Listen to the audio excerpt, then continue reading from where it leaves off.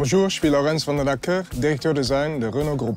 Bonjour, Bernard Rébier, président de Fermob, mais aussi directeur de la création chez Fermob, et ça j'adore. Mais je le connais, c'est le Luxembourg, mais je ne connaissais pas le siège dans cette couleur. Pour Renault, la couleur est spéciale, et puis derrière on s'amuse. Voilà, hein, ça vous dit quelque chose. Un bon design iconique, elle fait un pont vers le passé et un pont vers le futur. Et il faut réussir les deux. Je pense ici, on a réussi avec l'R5. Elle est à la fois futuriste et à la fois elle raconte une histoire de nos racines. Il faut comprendre l'histoire.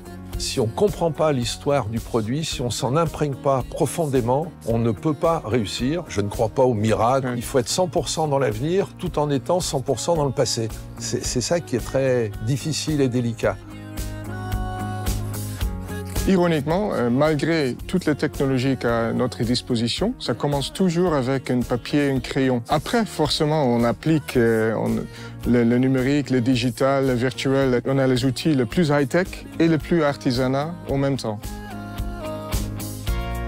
Il n'y a pas de règles, mais il y a quelques recettes quand même qui marchent. Il faut que la voiture soit simple, des proportions qui sont parfaites, pas trop de décoration. Un parti pris en fait très fort. Une immense attention à porter aux détails parce que la technologie, l'état de l'art d'une époque n'est pas celui 20 ou 30 ans après. La couleur, c'est un univers fabuleux parce qu'il est à la fois universel et très personnel. La couleur peut emmener très loin. C'est le public qui choisit et le public a toujours raison. Quand on dessine des voitures, on a la voiture et on n'a pas besoin de l'expliquer. Il faut aussi qu'elle soit en avance de son temps, en phase avec son époque. Alors moi j'ai une réponse assez simple sur ce qui définit le French Design. On a réuni des personnalités du monde entier.